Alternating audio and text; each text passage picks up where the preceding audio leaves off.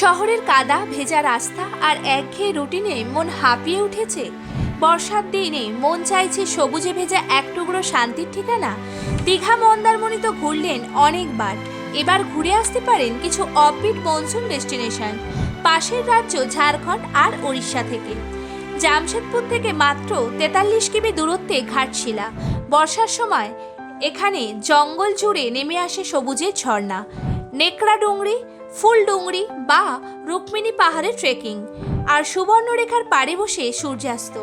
চোখের আরাম তো হবেই, সঙ্গে গাড়ি থাকলে বা লোকাল গাড়ি ভাড়া নিয়ে 4 কিলোমিটার দূরের বুরুডি লেক কিংবা ধারাগিরি জলপ্রপাত থেকে বেরিয়ে আসতে পারেন। ঝাড়খণ্ডের ধানবাদ বর্ষায় হয়ে ওঠে এক ঝর্ণার রাজ্য।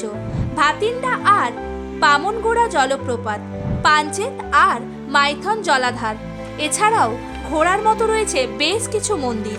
2-3 দিনের ছুটিতেই রোড ট্রিপ করে ঘুরে ফেলতে পারেন।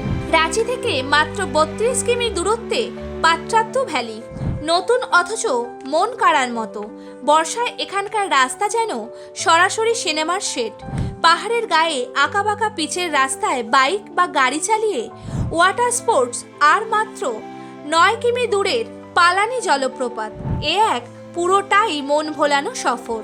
এই বর্ষায় ভিড়ভাট্টা জায়গা নয়, বেছে নিন এই অফবিট গন্তব্যগুলো, যেখানে প্রকৃতি আছে তার আসল রূপে, শান্তিতে, নিঃশব্দে।